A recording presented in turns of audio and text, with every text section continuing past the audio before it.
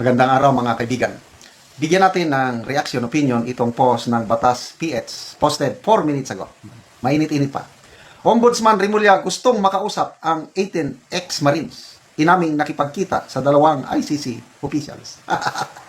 Ombudsman Jesus Crispin Remulla said he wants to obtain and review the affidavits of the 18 former Marine officers who allege that they delivered large suitcases, yung malita, large malitas, filled with cash to President Ferdinand Marcos Jr., former House Speaker Martin Romualdez, and other lawmakers. Remulla stressed the need to scrutinize the claims, citing the seriousness of the accusations and the inclusion of his name in the alleged delivery of funds supposedly meant to finance the case of former President Rodrigo Duterte before the International Criminal Court. He also admitted that he met with 2 ICC officials along with former Senator Antonio Trillanes IV. So ano ngayon? So ito yung exact statement niya. I want to get the affidavit of each one of them, the ex-Marines. The allegations are serious. Kasama ko dyan. Sinasabi nila ang ICC. Oo, nakausap ko. Ano ngayon? Kailangan protektahan natin ang ating mga testigo. Pero ang mas malaga dyan, yung allegations na ginawa nila na iba. Gusto daw niyang makausap? No. Ano sa tingin niyo mga kaibigan? Totohanan na ba ito? Itong pahayag ni Ombudsman? Kasi una niyang sinabi, canard. Hindi totoo. Kwentong barbero. Hindi dapat bigyan ng pansin. Yung mga ganyang mga kwento. Walang basihan. Yun ang una niyang ano eh. Ano ang nangyari? Bakit biglang inamin na oh, what's wrong? So what? Sabi niya dito eh. Oh, nakausap ko. Ano ngayon? Oh. Nung una, sinasabi ng Pangulo at itong si DOJ Secretary Boying Remulla hindi makikipag-cooperate Philippine government sa ICC. Bakit ano? Ito, kung wala pang Marines na lumantad, hindi natin alam. Mabuti na lang at may mga matatapang na Marines na itinaya ang buhay, pamilya nila para magsabi ng katotohanan. So anyway, sabi naman ni Attorney Baligod na handa silang makipag-correct sa Office of the Ombudsman. So, tingnan natin. Kailang, ako, personal opinion ko lang ito Sana maging wise sina Attorney Baligod.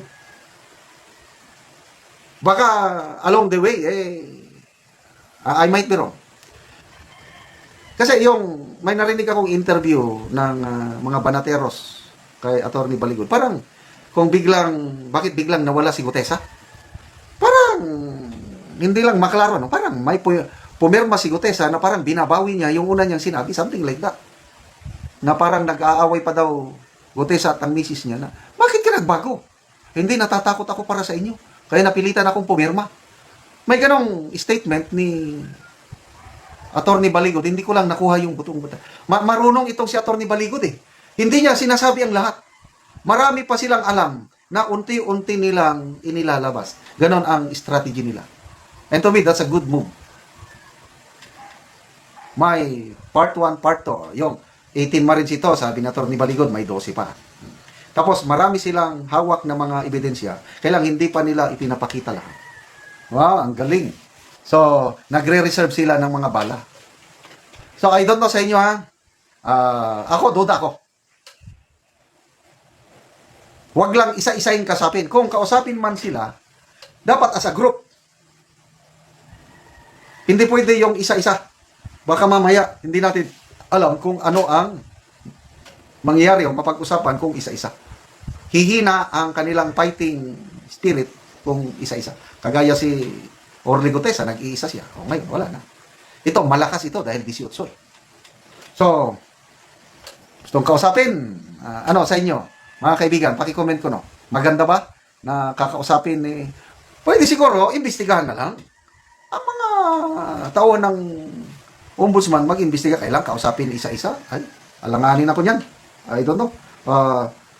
Ito, basa lang tayo sa mga comments Aileen Abbas Solo. So, deniability is no longer an option. Grabe ba ang ebidensya? But of course, you will find an alibi to justify. Marcel Gabuat, the fact na inadmit niyang nakausap niya ang taga-ICC ay may bahid na ng kredibilidad niya.